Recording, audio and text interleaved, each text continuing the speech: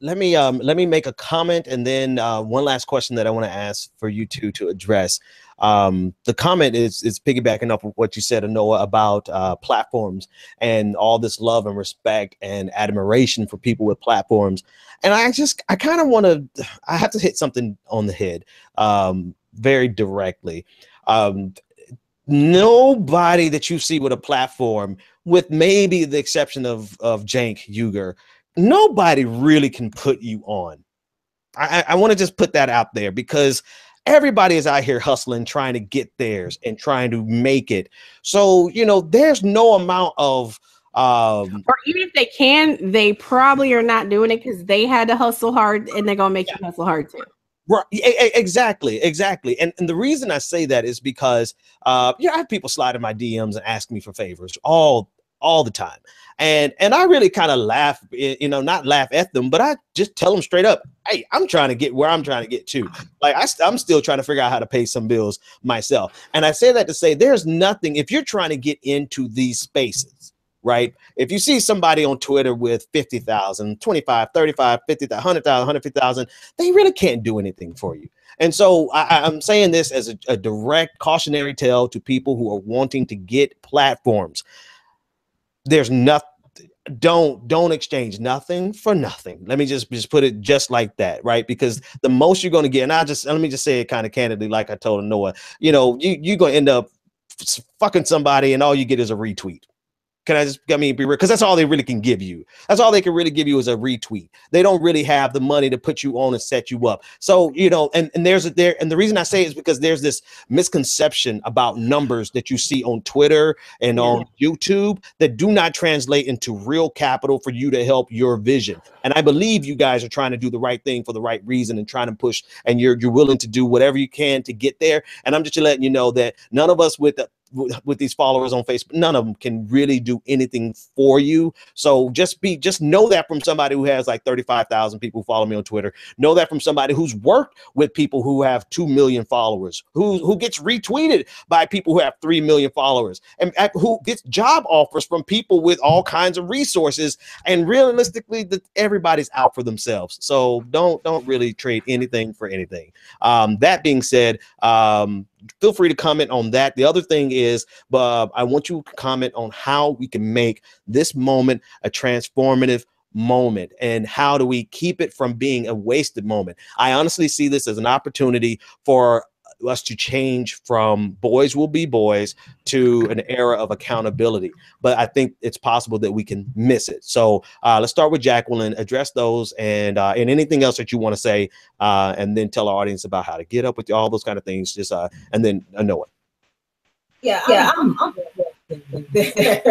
nobody, because I swear, man, I just, if you're about the work, I mean, social media has done so much to amplify so many voices and so many stories that people otherwise would never have heard about. Nobody would have known about Aleppo or cared about Aleppo or knew where it was were it not for social media. Nobody would have known who Philando Castile was if it weren't for social media. I mean, so social media has its power, and that's wonderful.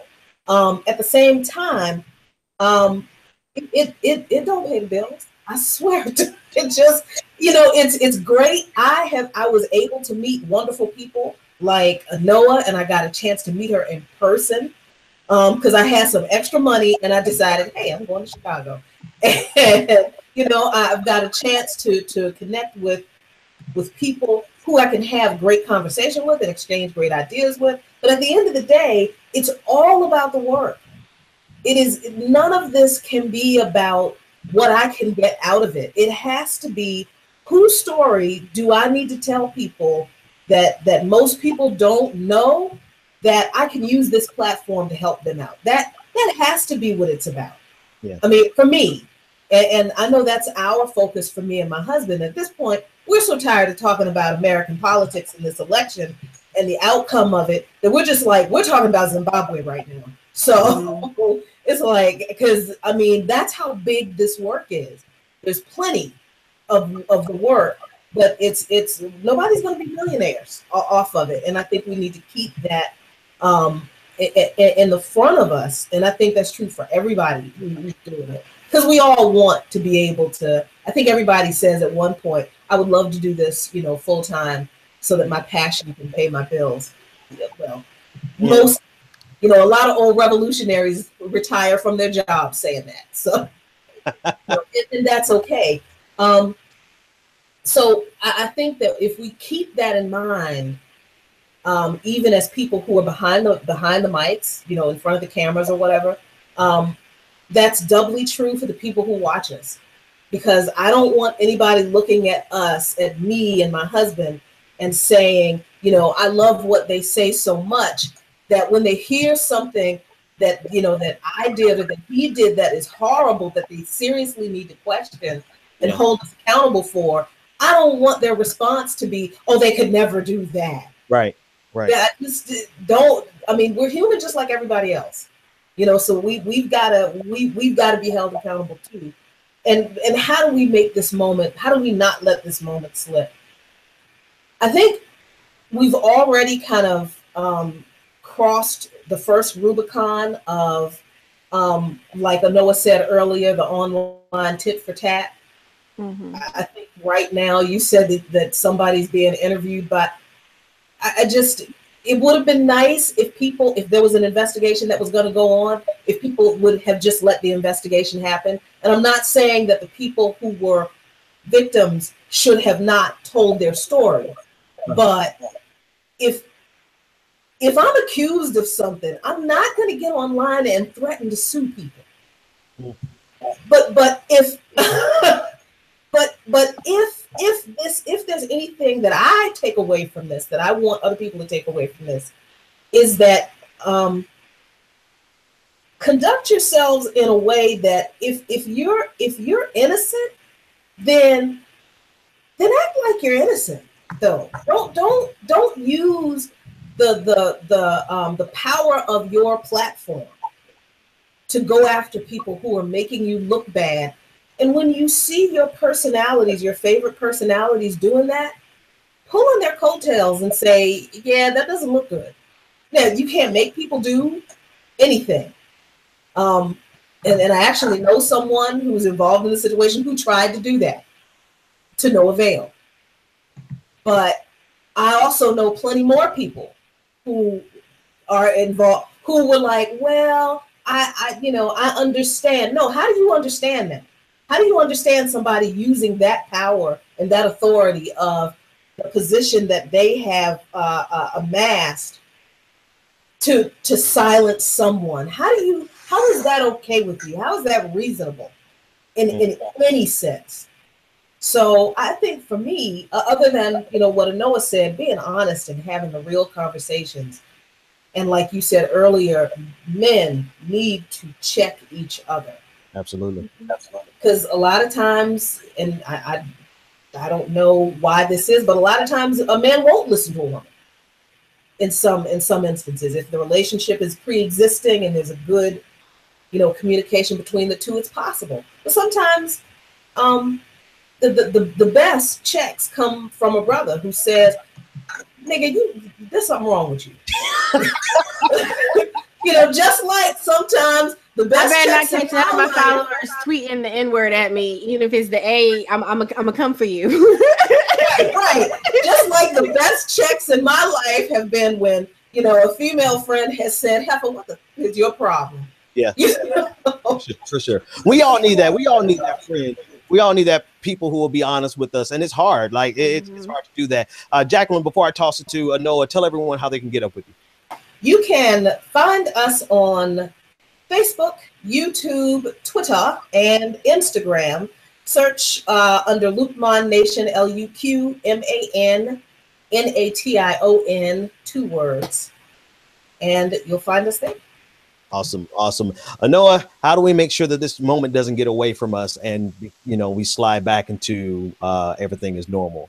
I mean, we have to be willing to have the uncomfortable conversations. I mean, that is the moment we're in, period, as a society, right? I mean, part of the reason why that we're seeing a resurgence in vitriolic racism, sexism, misogyny, homophobia, transphobia, the reason why we're seeing so many things happening right now is because we've tried to do that whole, oh, let's all smile and be all one. And we're not going to talk about these things like, you know, in the TV shows where you don't talk about things in front of company. Like, right. Okay, but you don't talk about things when company's not there either. Like, we really have to dig deep and deal with this stuff. Like, one of the things I know Ben and I have had this conversation, Jackie and I have had this conversation, so many of us have had this conversation. You don't talk about the race issue, right, within progressive spaces because it's divisive. Or we don't want to give the Clinton, the centrists, any ammunition against us since they already claimed that Bernie was racist. We can't talk about these issues. We don't want to talk about the sexism because Bernie was sexist and misogynist and this and that.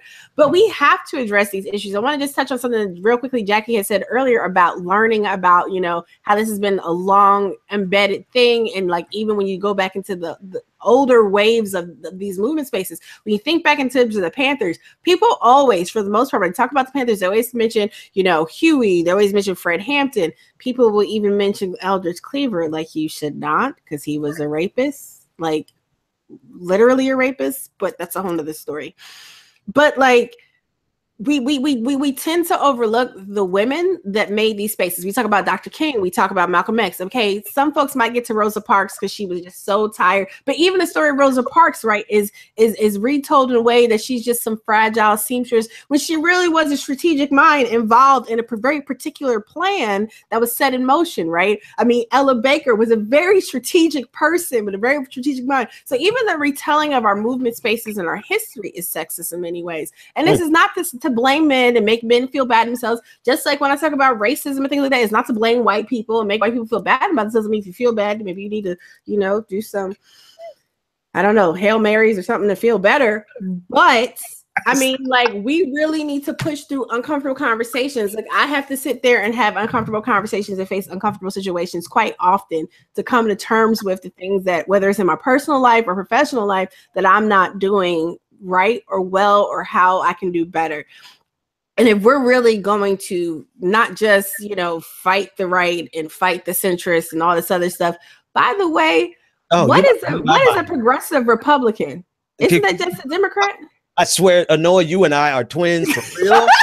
Our birthdays are 4 days apart. I'm ready to say the same exact thing at that same exact moment. But go ahead. That's a whole nother show. Go ahead. That is a whole other show. Like, what is a progressive Republican? Isn't that just a centrist Democrat? Like, I'm really trying to understand here that whole idea. But what I'm saying though is we're gonna have to come back, Jackie, for that conversation about progressive Republicans. It's out of control. But seriously though, right? We really need to, it's not just, oh, just focus on the issues, focus on the issues, because the people that we claim to care about in the communities and in the across the country, these are the issues that people are grappling with. There are workers. There's a big protest in New York tonight about boycotting Wendy's. I believe it's farm workers because of the sexual harassment. I mean, it's pervasive and prevalent, and we have a society that is hypersexualized, men and women in different ways. And these things are happening in various spaces, whether it's, you know, younger people and being, you know, predators attacking younger people or their coworkers or peers. I mean, we have to find a way to deal with this. You know, one of the things that just completely like messed me up. I'm an Ohio State football fan. Don't be holding that against me. Hopefully we kick Michigan's butt this weekend. And to see Ezekiel Elliott get suspended, you know, Zeke was like, you know, Zeke was off the last championship team. I mean, one of my favorite players of the current, you know, kids that came out. And to see that he was involved in some inappropriate behaviors involving a young woman, that really hurt. But at the same time, I'm not going to be like, oh, I'm such a football fan. Oh my God, Zeke. Oh my God, Zeke. And disregard, you know, his suspension. He was appealing his suspension. He was with the Cowboys. And he's going, I think, to go for like meditation therapy, something. I forget where he's off to right now while he's suspended. But like, that's just something that I know, like in terms of people who I'm a fan of, just because I'm a fan of the work, just because, you know, I really, really appreciate something, doesn't mean that I'm going to disregard the very real costs of people's actions on others around them.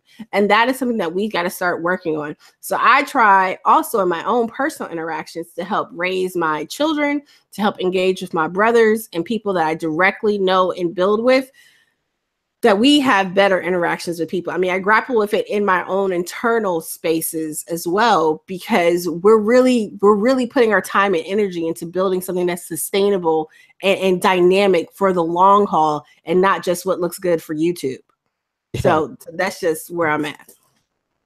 Well, thank you, Jacqueline. Thank you, Jamie. I know you had a signal problem with your signal. Thank you, Anoa, as always, for stepping up and helping us with this conversation. The most important, so many takeaways. But the only thing I want to reiterate is for us to not allow this moment to be to slide back into next year. We're covering up sexual harassment. We're covering up sexual assault. No, we have to make this become a transformative moment so that the culture, I mean, I really believe that we're on the cusp of a transformative moment where the culture shifts from boys will be boys to boys will be terrified of doing these things because they know they could be held accountable. And I think if we can get that done, then we've seen a quantum leap in human culture that, I mean, who would have expected it could have happened in our lifetimes, because it has always been boys will be boys. So I just want to do my part. And ladies, thank you so much. When we do this again, obviously we want to have you back and anyone else who has more input on this. Thank you to everyone on YouTube who's been participating with all their feedback. We really appreciate you.